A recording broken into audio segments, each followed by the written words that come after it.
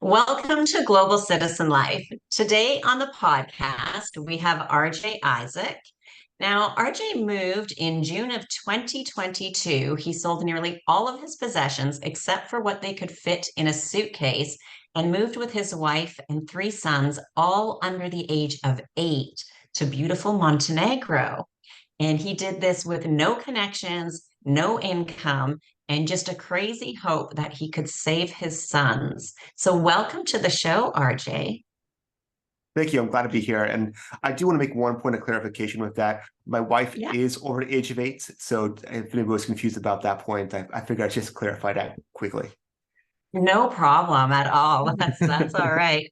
And so, in your bio there, you said in hopes to save your sons. What did you mean Mhm. by that? Yeah. So I have three sons, and the oldest two. So they are now, oh, man, they keep changing this every year. So I mean, so I got to think about it now. I think it's 9 um, and then the other one's about to turn 7. And they're both autistic. And this has been a massive challenge that my wife and I were dealing with. And we learned a lot, I mean, about the challenges that parents with special needs face. And one of the big challenges is that you can't have both people working. And this is probably one of the biggest holdups you have in the United States. Everyone pretty much needs to have two incomes to be able to survive at this point. And this was even before a lot of the increases in inflation that have happened more recently. And so it was always a struggle for us financially, and as well as just emotionally. We were driving. I mean, I personally was actually at a point where I was driving 100 miles every single day, spending about 6 hours in the car, just moving, one kid from one place to another place, making sure my wife was at work. Like it was Wow. just a terrible, terrible existence that we were having. And it just, and on top of that, the weather there, we were in South Dakota, and the weather in South Dakota is not good. There's basically about 6 good days out of the year. So, but it's very humid and or rainy and or hot in the summer. And of course, the winters are extremely cold, getting down to, well, I guess negative. I have to switch it from Fahrenheit now because I'm used to that. But about -30s, I guess, is what it would come out to be, somewhere around there, -20s um, in Celsius, that is. And so, yeah, it was really tough. My kids were not thriving in this environment. One of the big challenges that we had is we are always putting them into like therapy. They're doing 5 hours of therapy every day during the week, and we get them on the weekends, and like we don't know these people. We just like it was just this. It was a big burden to like what are we supposed to do to just keep them entertained during the week. And this is where a lot of, or sorry, on the weekend. And this is where a lot of the challenges of just being able to live and enjoy life was really coming from. And and we also had a very strong suspicion that the lack of weather was going to be a big issue. And so for a lot of these reasons, we wanted to try and see if we can change the environment for our kids and really improve that and help them that way. And we did Hmm. look at some places around the United States, but pretty much anywhere that would be able to get them into a better environment as far as the weather and the climate, all these things go, and the cost of living was going to be significantly higher that we just couldn't afford to get there. And so that's when we started looking outside of the country. And so, how did you find out about Montenegro? Because a lot of people, when I talk to them, so for our listeners who don't know, I also live part-time in Montenegro. And most times when I mention Montenegro and I say, oh, I'm from Canada, but I live in Montenegro, I usually get, oh, Mhm. Montreal. I'm like, no, no, no. Oh, Monaco. And it's like, no, no, no. Yes. Montenegro, tiny little country. So how did you find out about it or hear about it? It's funny to say. I'll get a lot of people telling me what country is that in, which is another one. But yeah, it's actually I found this is where a lot of people have actually heard about the country, and that's from Nomad Capitalists. I saw a video at one point from them, and Hmm? it was just there was something about the just seeing the country that just really struck a chord with me. And sorry, I got to sneeze here. I think it's good. But yeah, just Okay. seeing the nature and just the beauty of the country, and just, it's like it Mm. made me realize that that you could just live in a beautiful place. I mean, a lot of the challenges that I had with America in general, and I know Canada runs into a lot of same problems, is the cities aren't generally beautiful cities. You have so much road, you have these massive parking places that you're observing it from a car going at 30 or 60 miles an hour, depending on where you are in the town. And things are going so fast. And the part of the town we lived in, there was a downtown area. And one of the things my wife and I love to do is love to take our kids there and just walk downtown because it's just a pleasant, enjoyable place to walk. And when I started seeing just pictures from Montenegro, I started thinking that that actually looks like an enjoyable place where you can live on a human scale, where you don't need a car to get around as much, and you can just have a more relaxed and just a more pleasurable existence, is the best way I could put it. It's true. It definitely is a lot more laid back. I don't have a car here in Montenegro. There are Mhm. definitely conveniences to it, but for the amount of time that I spent here, I'm back and forth quite a bit between Montenegro and Barcelona. So I get a bit of a mix of the big busy city in Barcelona and doing that, and then when I come to Montenegro, it's more laid back, more quiet. So I kind of have I say the best of both worlds in that Mhm. sense. But yeah, Yeah. in both places too, just very much very walkable, cost of living, definitely a lot less. Barcelona housing is not cheap. That is one kind of downfall with Barcelona. The housing is not cheap there, but definitely other things are. And the weather, it's it's great to be outside today. I was, as I was saying earlier before we started recording, I was outside today, and I think right now it's what, according to my computer, it's 12 degrees Celsius right now. And I Mhm. mean, it's probably in Canada. Who knows? It could be -10, it could be -30 right now. I don't know, but it's definitely a lot warmer here and nicer here. And in this part where I'm at, and I think you're similar, that we don't get the snow here. But for people who do Mhm. like snow, parts of Montenegro does get snow. There's the mountains, there's a ski hill as well that's pretty popular here. So there is a little bit for both, but definitely I think the cost of living is substantially lower here than it is in North America. Oh, definitely. And I actually work in the property management industry, and so I see what rent rates are from places across the United States, and it is just shocking about like how much a studio apartment would cost. I'll give even very specific numbers. We live in um, it's an older building, and there's some we'll say character issues that a lot of Americans would be appalled by. I will add that, and I'll get to those in a moment. But for our place we live in, we have basically two bedrooms, and I have a small where I'm right now is it's my office, but it's kind of like a very small bedroom, like it would be about the size of a walk-in closet in the United States. Um, but for our rent here, we're paying 450 euros, and so in US dollars, that's probably around $480 a month. If we were to at some most of the places I'd be looking at that are have at least some job opportunities, or not even big cities. We're not talking Los Angeles. We're talking, places like Des Moines, Iowa, or even smaller than that. These are those places are going to be running about $1,000 to start for a studio apartment. And so just the difference in cost of living for on the rent basis is just it is absolutely massive. And now I did mention that there were some character issues.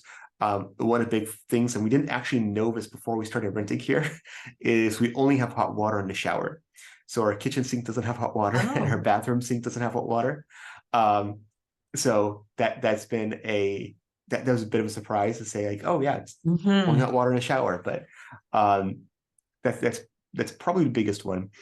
But other than that, yeah, like our neighbors are great, and we're in a we like the location we're at. We have we have nice terrace in the back where we can look at the mountains, and there's horses in this field right behind us, and we have chickens that look out on the other side, so great views. It's just it's a great place to live. And again, I can't argue with the cost of living here. Right, right. And how do things work with schooling now for your boys? How was that process? Because my daughter's an adult, so I don't really know much about the school systems here in Montenegro and how they work. Yeah, so schooling for us is a bit different because again, the older two are autistic, and they are mostly nonverbal.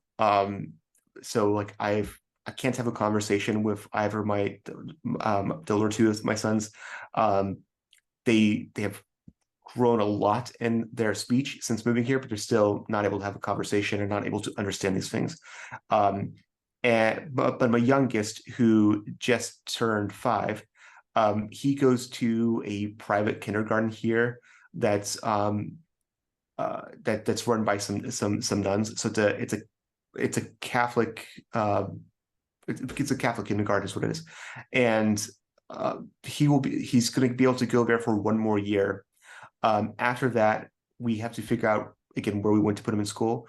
Our plan for that is we are looking to relocate to either Herceg or Tivat at that point, so that way we can put him into a private school in one of those places. Um, and we'll just have to again explore the options and see how that's going to work out. For our two autistic kids, my wife is effectively homeschooling them and teaching them. It's a little bit of a what's how I say it, like officially, like you're not supposed to be homeschooling kids in Montenegro, and there's some ways you can get around that. Like you can register. So we actually have an address, our legal address in the United States is in Florida, and so we can go and register with the school in Florida and do remote schooling there. But Mhm. the challenge is also with our kids, our oldest two kids being autistic, they're not going to be able to go into the public schools, so they're not going to want to take them. And trying to do the remote schooling is also not going to work. So we don't really have an official option, and so far no one's asked us Mhm. about, like, can you prove that they're in school? So yeah, my wife has just been homeschooling them for now. Okay. Well, I've my nail technician who does my nails, she's got two girls, and I found it interesting the last time when I spoke with her because I was like, well, it's like I can't remember what time it was. It was the middle of the day though, mid kind of afternoon, and I'm like, why is today a holiday? Why aren't your kids in school? And she was saying that I think they're 9 and 11, and so the 9-year-old goes from 7:30 to 11:30 Mhm. and then the 11-year-old goes, I think 12 or 12:30 until 4 or something. Like they go to school for 4 hours a day. One is in the Mhm. morning, one is in the afternoon. And that's normal time here. Because before I was thinking, why are the kids are always out? They're never in school, but they only go for kind of what we would consider a half day, morning or afternoon. And I think that's very interesting and has its own set of challenges as well, especially, for working parents and things to just have that. So I thought that was a bit interesting, but that's all I really know about the school systems here. Well, I actually, and my wife, I might be misquoting some of this here, but I think my wife was saying there's actually 3 shifts, and so there's a one that's a morning, there's Oh, a midday one, and there's actually one that goes until I think 7 p.m. at night. And okay. um, and I that could be wrong about that. I don't have firsthand experience with that. My wife is actually from Kazakhstan, and that's the way school is there as well. And so this is Okay. not too Hmm. uncommon this side of the world. Um, and you also don't get to pick which shift you are, so it's kind of just the luck of the draw if you're going to be in the morning or you're going to be the evening one. So one thing I want to add about though, and this is one of the things that also really attracted me to Montenegro, is I came here and visited the country in 2021. And so I got to be able to experience it. And one of the big things I noticed was just the attitude towards kids. And this has been something that just has really impressed me with the country. And so when kids are done with school, I mean, I will see kids probably 6 years old just walking on their own as people would have done back in like the 60s in the United States without a problem. That you wouldn't be allowed to do that nowadays. But yeah, kids are just, walking on their own, crossing streets, going from home to school, going to hang out with friends. There was a that there was a neighbor kid that we used to live nearby that I think he was 7. And yeah, basically his mom would be working out the whole day and we would just see him all around town. He would just be playing out with friends, going down to the beach, playing basketball, and never play a team, and never playground. He was just very independent. And the country is so safe that Yes. that's not even a concern, especially when it comes to kids. People take the safety of kids extremely seriously here, and that the safety of kids is absolutely paramount. And there's again, there's always a small danger, like anywhere. It's not 100%, but we're talking like Mhm. 99.99% safety levels here, and that is that is something I absolutely love here. But even on that, just the way kids are treated. Um, one of the things I'll run into when I was in the United States, I would be walking around with 3 kids, and I'd run into people, and they're, oh, what, are all these yours? And I'd say, yes, they're all my boys. Like, oh man, you must be so tired. You must be exhausted. Oh, that must be so hard. Just these very negative attitudes towards it. When I go around here and men ask, specifically men even, when they ask me, are these all your kids? And I say, oh yeah, they're all my boys. They're like, oh, you are so lucky. Oh, that's incredible. You're so blessed. And just that positive attitude towards having kids is so refreshing, because I love being a dad. It's one of the things I think I'm really good at. And my wife has told me actually just yesterday, like, you're really good at being a dad. And so I take a lot of pride in that. And so when I be going around the Yes. United States and people are saying, oh, it's supposed to be so hard. And it's just like, no, it's not. Like I can manage this. Like, I love my kids. This is just, I have to adapt to things and work around. And again, my kids are special needs. And so there's additional challenges there. But I do love my kids and be able to have that reaffirmed here. But even Mm. things like, in the United States, I used to work at a retail job, and there was this one kid, probably about 4 years old, that was climbing on a chair that was, a tall, like a bar level chair that would spin around. It's like, okay, this kid's gonna fall down. And I'd be like standing nearby, like, I don't want to touch the kid because if I touch the kid, that is an absolute big no. You can't do that in the United States. Um, and so I'm just like, hey, parent, where's the parent? Are you paying attention? Your kid is here. I don't want them to fall down. And the parents are like, oh no, they'll be fine. It's like, yeah, but they're not. That's on us. So yeah, it was just the attitude toward kids is like, you can't touch a kid that does not belong to you. And here, and again, this might be there's a little bit of culture shock here just to because it's so unusual in the United States. But when people will see our kids, they just kind of smile and like we'll pat them on the head and stuff. And there was even a point where we were walking from our apartment to a grocery store, and one of my kids went and just started walking next to this other woman and just took her hand, and she was there walking with him hand in hand. She looked back like just to see, like, and we just smiled like, yeah, it's fine. And she was happy because here she gets to walk with this kid. It's something that's just a pleasant thing to do. And then he like finally Mm. noticed that, oh wait, you're not my mom. I'm your mom, and went back. But it is such a natural thing that people just have this a just appreciation of children, and that Mm. is something that's really sold me on the country. It is. And it reminds me of like when I grew up. It was Hmm. if we were out doing something, like the neighbor could give us heck, or the Yeah. person who lived down the street. If I was doing something wrong, they could like, yell at me, or I'd get in trouble. Then I know I'd be even more trouble because the neighbor gave me trouble or the person down the Hmm. street. And yeah, it's really changed a lot within North America, I think Canada as well. That yeah, it's like they're not your kid, mind your own business. And it's like, but I mean, it takes a village to raise children and people. And I think that's part of the reason why we have people the way they are right now. And there's a lot of not, I don't want to say not good, but very unhappy and a lot of problems in North America. Hmm. And it's unfortunate, but that's one thing I do like about Montenegro, even though I'm not in those years of having small kids, but I see them running around and playing and I love it. Like when I leave my building, often I see them playing on the street with a ball, playing soccer. And I think it's great because they're not inside playing video games or in their house. It's outside Absolutely. Sundays. Everything is closed on Sundays. Um, which took a bit of getting used to because it's like, oh, if I need groceries, it's like, got to go Saturday, but I don't like to go Saturday because it's so busy because everything is closed Sunday. But it's great because Sundays families will be out. They'll be at the beach. They'll be going for walks. Like when the weather's nice, even, I mean, the weather's still pretty reasonably nice now, but if it's a sunny day, families are doing things together and everybody's doing stuff outside, Mhm. which is, I think it's really a great thing. And that is a big thing about Montenegro. It seems to be quite family orientated and it is one of the things that I do like about it, and just being outdoors. And I think the weather obviously plays part of that as well, because back in North America when it's -20, -30, whatever, even minus anything, it's not fun.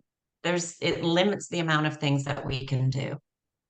Well, I do think it's not just the weather. Like, um, if you go to places like Finland and Sweden where it's really cold, people are still going out in the winter, and so I think it's a big aspect of its car dependency in North America. But aside that point, but it Mm. is absolutely true that like we were out to the promenade yesterday, just looking at the waves coming in, and again, it's December. For a December day, it was a very pleasant day. It wasn't warm, but it also wasn't hot. And the sun was out, but it wasn't raining. And the promenade was Mhm. just it was busy. Like there were tons of people there, and you have all these cafes. Like we're in South Dakota. It is a rare opportunity if you can actually eat outside. Most restaurants in Mm. South Dakota do not have outdoor eating. Probably some exceptions are, well, there will be, I guess there's what I'm thinking about more is a few more exceptions, but people just don't use it. Um, but here, like we majority of the time, winter through summer, we are eating outside on the patio, and it. I feel more in touch with nature, like we're part of this more of some like ecosystem that's in harmony. Like um, one of the things that also can be a bit alarming to people if they first come here, and I don't know how it is where you're at, but here in Bar, there are a lot of stray dogs. They're everywhere, and people know the stray dogs. Like they understand, like, oh, this dog is one that chases bicycles, and this one's the one that hangs out over there, and these are that one that just got injured because someone hit it by a car. Like people know the dogs too, but they accept that the dogs are just there. They're part of the culture. They will just lay out on the sidewalk. People walk around them. They'll put little water bowls out for them, and you'll be in a restaurant. And I was making a joke. We were at this restaurant we went to, my wife and I, and there's the outdoor patio, and there's a covered patio, and then they have like an indoor area. But we went to the covered patio, and there was a dog waiting out there, and the dog was colored black and white. And so I was like, "Oh, look, this is a maitre d." And the dog actually walked us to our table and just was waiting by us. And again, this is inside like a covered area, so but this was just completely normal. Nobody had any problems with the dog just walking through there. And but because of that, it also feels like again, there's just more of a harmony with the way we live. Things are, it's not a matter of like, okay, let's just put pavement everywhere and try and going back to the United States, I would literally wake up in a climate controlled house, go out into the garage, hop into my climate controlled car, drive to work. When I got to work, I would quickly run because I don't want to be exposed to the climate and to back into my climate controlled office, and I'd stay in my climate controlled office, until 5 o'clock, and then quickly hurry back into the car. I don't want to be exposed to the environment anymore, but I need to be. And it just wasn't a healthy thing. And here it's like another big aspect to trying to illustrate this idea is I notice how the sun moves. And so like I'll look and like, oh wait, the sun used to be over at this spot and now it's over here. And I'm so much more aware about the positioning of the sun. Whereas again, back in the United States, I wasn't really aware of that. I'd only become aware of that during daylight savings time in the beginning because that would affect my drive to work. But by and large, I just wasn't aware about how much the sun moved. And this feeling of just harmony with nature and things, it's a pleasant feeling that I love about Montenegro. It really is. And I like I'm a 10-minute walk probably under 10 minutes. So I'd be walking really slow for me to get to the beach in 10 Mhm. minutes. And then when I'm walking home, in Budva, the town is surrounded by mountains. And so I'm Mhm. either going towards the beach or surrounded with the view of the mountains, and it's beautiful. We don't have as many stray dogs here, but we have a lot of cats. And it's Yeah. very similar that people know the cats. People go out and they feed the cats. Like you'll see piles of food and water and dishes and things like that. And everybody they take care of it. And at first I thought it was strange. And you'll notice with some that will have like a little kind of cut on the top of their ear. And those ones have been spayed or neutered because every now and then gather them up and spade and neuter a bunch of them to try to control the population. But Yeah. they're part of the community and they are taken care of and people like them. And they say it's great because it keeps mice and other things away because they chase them and you don't see rats or mice or anything anywhere. And yeah, it's just they're part of the community. So not so much dogs though, Mhm. occasionally, but dogs are generally if they are around, they're pets and people do have them as pets, but we have a lot of stray cats here, but they're part of the community. And it's at first I thought, oh my gosh, there's so many, and then I realized how many people would be feeding them regularly, and they know, oh yeah, this cat is this, and this is that, and this one doesn't get along with that one, and it's quite And interesting. and they have absolutely no aggression too. Like the dogs are No, incredibly docile, and like I've even done it where I've had a bit of like a scrap piece of meat from a meal. I'm like, I'm gonna just go feed it to the dog, and I'll put it in front of the dog, and the dog just looks at it like, "Yeah, I'll get to it later," and just going back to my nap yeah. because they're just so well fed. They're not Yeah. suffering by any means. So No, they definitely are well taken care of. And for some people though, that would be an adjustment. Like to see a dog go into a restaurant in North America. Oh my God, that yes, would never happen. Like that's awful. Here it's like, oh yeah. And some of them, even the other day I was out having coffee with a friend and there was a dog. He wasn't, I don't know where the owner was, but he had a collar and things. So we knew he wasn't really a stray and, would kind of get some attention from us and then would sit at the front of the door of the cafe and kind of look around. This one didn't go inside, and then left. And then he came back and then he went inside the door a little bit. And it's like, it's no big deal. yeah, yeah. It's Yeah. just there. It's such a laid back way of living that's really enjoyable. Yeah, it's I really like it. It's definitely very different from North America.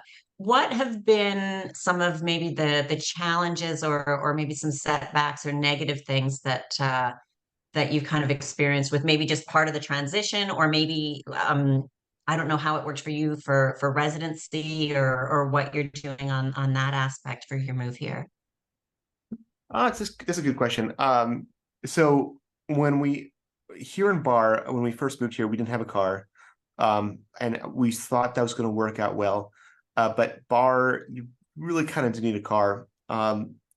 We tried walking, and then we ended up starting to take taxis more regularly, and finally we just went and bought a car. The whole process of buying a car is also kind of an interesting experience. Uh, because you get a what is it? You get a power of attorney is generally how it's done. So basically, if the car's registration doesn't expire for another 9 months, you would just get a power of attorney to be able to have the car and drive the car around and do whatever you want to do with the car. And it's everyone treats it as if it's yours, but technically it's not. So again, big difference in the culture there. Um, it's going more about uh, Bar specifically. Um, Bar is probably, especially for the coastal cities, is probably the most Yugoslavian of the coastal cities, and that's not just regards to like the architecture and the way the city is built, but also to how just some of the attitudes seem more post-communist than more mostly European, if that would make sense. So that's been a bit Hmm. of adjustment.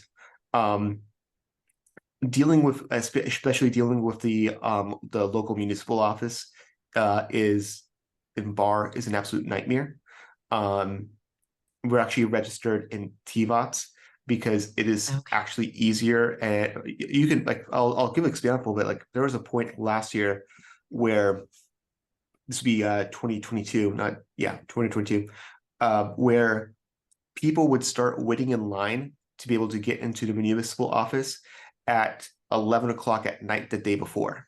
And they would spend the night in waiting in line in order to be able to actually get in and do their work. I had some friends that had to spend multiple days in line because the offices close at 2 o'clock, and if you're not in, you're not in, and there's so many people trying to get in that it was mayhem. Um, there's also the again, this is more specific to bar, but the way that the laws are interpreted are going to be different from one Obstina or one region to another, and the Mm. way that the laws are interpreted in bar are very strict. A good example of this, if you want to um, reapply for your temporary residency, which you have to do every single year, you need to have an apostilled birth certificate for each of the kids, which has to be a current one. So we have to get a new apostilled birth certificate from the United States each year. Um, and if we go to TBOT, we don't have to do that. And so driving up to Right. TBOT, which is about 2 to 3 hours in the summer because of all the traffic, is still faster and more efficient and easier to work with than trying to do it here in Bar. So I generally wouldn't actually and I'll also add one more thing. The reason why we initially came here was because Bar had some lower rental prices. I think it's stabilizing a bit. We're having a lot of the Russians and the Ukrainians moving to Serbia, so the rental rates are stabilizing. But uh, Bar specifically was a big place where a lot of Russians, a lot of Ukrainians came, and so the rent rates actually ended up not being as affordable. We would have been better off going to Herceg-Novi, where it's probably another place where there's a lot of expats, and it's also one of the more affordable places to live. So just there's a lot of things to consider if you're picking a place to come to in Montenegro. Just what Opština or again which municipal office you're going to be working with is something. If you're asking about what's the policy for this thing, you want to be very specific about asking the specific Opština, again, a specific place you're going to be living, because the information someone's going to give you from Bar or Tivat or Kotor or Budva is going to be different, and Right. you just got to be aware of that. It's a different way of working with things. Um, Hmm. it's so those one of the other challenges we ran into was trying to figure out how to get cash. And Mm. basically, so I'll add basically get cash affordably is probably a better way of putting it. Um, and for up until very recently, there's the we found the Erste Bank. You can get cash from the Yes. ATM, and they wouldn't charge any fees, and now they're charging fees. So Really? They're not. Oh, because I took some out just like a couple weeks ago and I wasn't being charged fees. yeah, just Hmm. like a week or two ago that they started charging fees. So Okay. yeah, Because yeah, sorry to all hear the that other is. banks did. They were like the only ones that didn't charge fees. Yep. So I was And really that is disappointed by also that. yeah, that's also a bit of a challenge too. For like business owners and things like who work online, transferring money and getting money into Montenegro, into a Montenegrin bank account, has more challenges. I do have an Erste account. I don't use it often because I have Wise. And so I use Yeah, Wise and I have N26 from living in Spain. So I've got numerous bank accounts. yeah. But for some people, you need to be aware that it is harder moving money in and out of Montenegro than and like out of other European countries. Yeah, so the way I do it right now is I have a bank account I had from back when I was in South Dakota, and Mhm. I also have Wise. I prefer to use Wise. The debit card I have from South Dakota, that has a 1% fee on top of everything. So it's not terrible, but hey, it's 1% more than I would have to spend. So Wise That's works better for that. Um, right. but if I need to, the challenge with Wise charges actually kind of high fees for ATM. So you would have the five Yes. dollars on the ATM, and then you'd have additional Wise fees for anything over $100 each month. And so I use I basically get my all my pay for my clients into my my account in the US. And then from there, if I need when I need to get cash, I go to the ATM and take it out from there. Um, and as far as like how I have the residency, we have a zero business, um, which, as I'm sure you know about, for the sake of the audience, zero business, where it's a company that just established. It doesn't do anything. Each month I go to my accountant. They give me a contract where I loan the company the salary for myself, and just for the way we have it set up, my wife as well, and as well as the taxes. And basically, I just put the money into the account, pay myself the salary, and a director of the company, and I'm able to go and stay here. I do plan on actually opening up a actual real business here in the next year. So I'll probably might have to change some things around. But as far as right now and how we got started, that's what we did. And that also gives us, there's basically two ways people tend to get residency here. There's by buying a property and by opening up a business account, or sorry, opening up a company, I should say, opening up a company, or buying real estate. If you buy a company, you have a little bit more flexibility about your ability to leave the country and come back. And you also get, it's called a green book. It's a little book that allows you to use the public health care. Not that I would recommend that, but it's a good option to have if you absolutely need it. Right. Otherwise, go to the private clinics. They, especially compared to the US. I talked to a lot of some Canadians that talk about the expenses of how expensive US healthcare is, and don't believe me. But yeah, it's so much cheaper to go Hmm. private here than the US. Um, Actually, I'll even give you a good example of that. There was a prescription I was having. I was probably spending about $200 a month on prescriptions in the US, and right now it's $15. So, yeah, just night and day difference. Absolutely. It is completely different. And it is true to for people that more flexibility with the business. And that's how a lot of people kind of get that residency or start out with. And some people will keep it for many years that I've talked to. Some it's just they only plan on being here for a year or 2 years, and Mhm. they get that. And there definitely is a lot more flexibility. I believe, and I don't know, like rules change and things like that, but I believe so. When you have your residency through the corporation, having a company, even if it's just kind of like what you're doing, most people would call it like a shell company. So there's not really business going on there, but you're the way that you're doing it, you can come and go as much as you want. But when you own property and you're using that, you have to be here for 10 months out of the year. So Uh, that's uh, my understanding from about a year ago, is what somebody was telling me when I was looking at different options of how things were working here.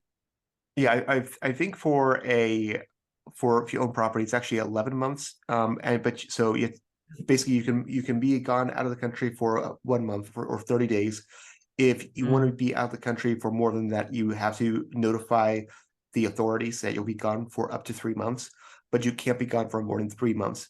And there's also, if you're working towards permanent residency, which in the case of my family, we are doing that, then you there's limits about how much time you can be out for the course of the whole 5 years, as mm, well. So it's yeah, it will be more expensive. I mean, at least when you buy real estate, you have the asset there.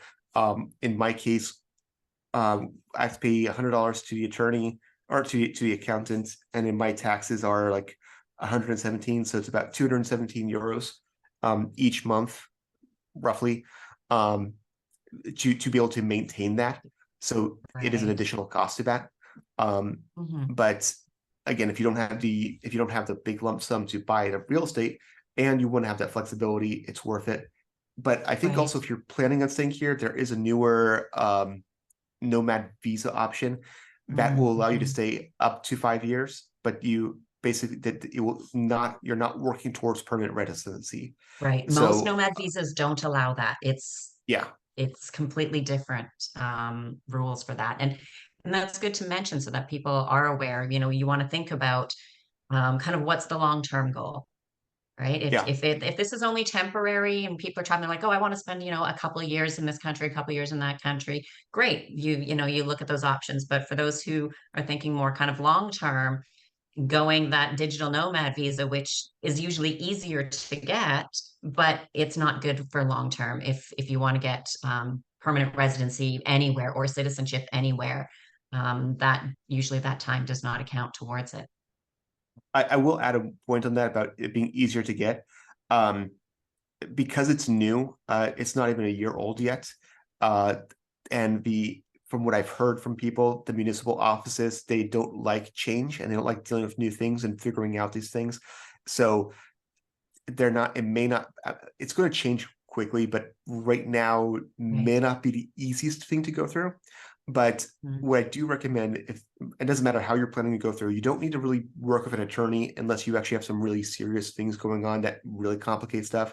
Most people, if you find an accountant that is local to the area that you are trying to get the residency in. So as an example, we have our accountants. This is my business is located, or says a company is located in Bar. I have an accountant in Bar, but when I was Mm. getting the residency, since we were registering in TVOT, we use an accountant in TVOT for that, and because they are going to have relationships with the people in the MOOP offices. And so, a good example about why this will play out is my wife, after we got married, she this was back in the United States. She actually got put into deportation, because, and we were told the reason why she's put in deportation is because she's from a country that ends in Stan, and there was some confusion. So the solution was we'll just put her on deportation and the courts will figure it out. $12,000, and 5 years later we did get it where they just said, yeah, we have nothing against her, she can go free. So that was Oh a fun my experience. gosh. But now she has this on her FBI background check. It says that she was arrested for and put in deportation, but there was no conviction, nothing on that. And so when we went to go and apply for our residency, they're like, "Hey, what is this whole thing?" And since the person we were working with works with those people every day, she knows them, she's in there all the time. She's like, "Oh, it's not a big deal. Here's how it happened. It's a little confusion. Look, there's no conviction here. Don't worry about it." Like, okay, good enough for me, and they just moved on.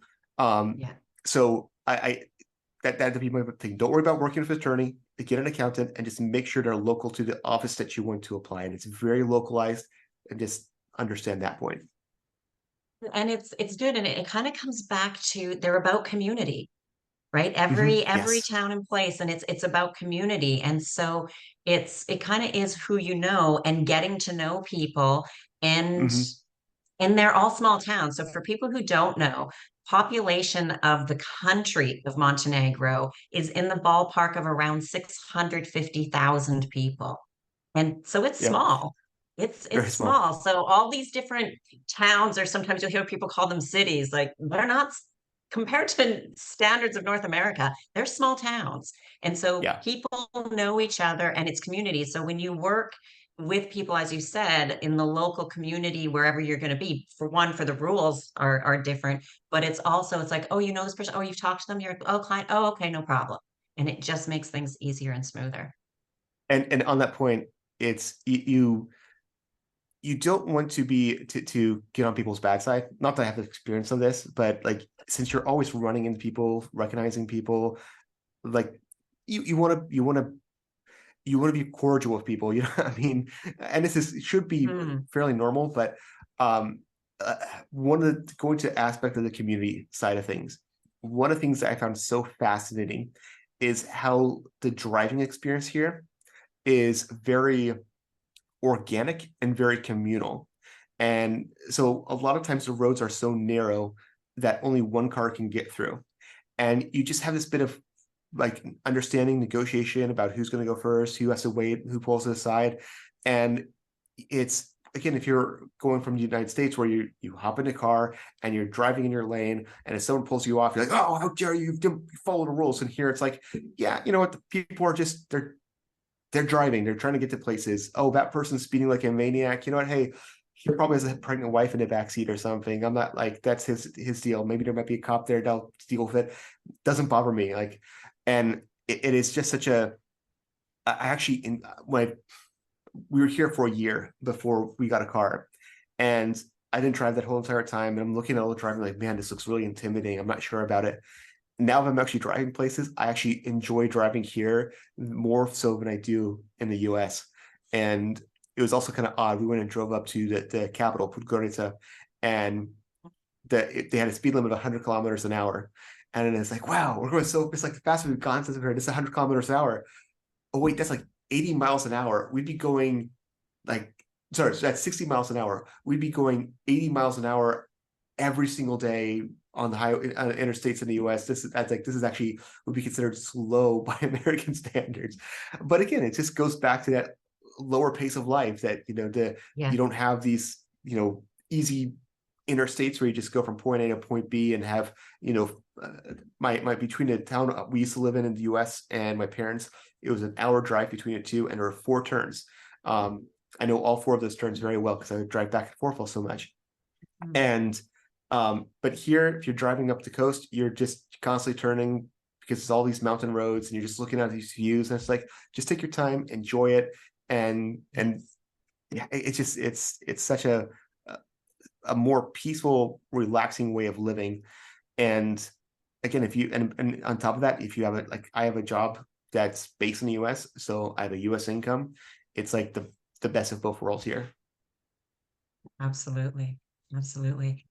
Well, I think that's a great kind of note to end with. So, what would you give maybe the listeners just a piece of advice for people who are considering relocating, whether it's Montenegro or some other country that they feel is best for them? So one of the things I hear a lot of people talk about is I'll hear from people in the United States. They'll say that, oh, there's no country that is better than the United States.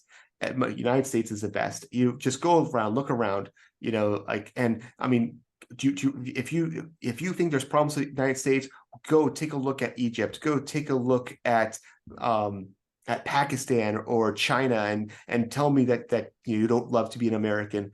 And I think one of the misconceptions here is that they're looking for a place that is better in every single aspect than the United States. And I view my experience, and this is for myself, other people are going to have different experiences, of course, and that's fine. That's perfectly okay. But for me, Montenegro is better for me in my situation in 6 ways out of 10. That means that the United States is still better 4 ways out of 10. And it's still, there are still big things I miss about the United States. But if you're looking for perfection, then you're just going Doesn't to stay in the exist. spot you're at, and you're not going to be moving. You're not going to be growing. But if you're willing to say, look, this is at least slightly better, and it's focusing on the things that are more important to me, and I'm willing to let go, like a big one is the convenience. If we want to, like in the US, you want 2-day shipping, you get anything off of Amazon at your door the next day or 2 days after that. If we want to order something like that, we have to get it from AliExpress, and it takes a month or 2 to get here. And it's just like, is America better in that regard? Sure, it's definitely more convenient and easier, and you can return to things. You can't do that with AliExpress. But you know what? I'm willing to give that up. I can let go of these things. So figure out what is actually important to you, and then try and narrow down the places based off that. One of the big things that was important for me is I wanted relatively low humidity, but still nice weather, sunny beaches, and that really limits things. Takes away a lot of Asia. Takes away based on how geography works. You basically have to be on the west coast of a country, of a continent, and so it does limit things. We're looking at some places in South America, but ultimately we settled here. So just really figure out what are the things that are important and narrow it down from there, and go take a visit, see if it suits you, and take a chance. You never know how well things can turn out. That's right. And I think that's great advice. And it's true. It's weighing kind of those pros and cons, and there is no perfect place. I've Yep. been to many countries, I've lived in many. There's pros and cons, and I don't mean cons like in a negative or bad way, or just, this country at certain things, another country. And it's just finding that balance of what is right for each individual person, because what works for me may not work for somebody else. The things that I like to do, somebody else may not like it. And so it's finding our own individual place that has more pros than cons. Yep. Absolutely. Well, thank you very much for your time today, RJ. I know our listeners got a lot of valuable information, and I just want to say thank you very much. Yeah, it's my pleasure.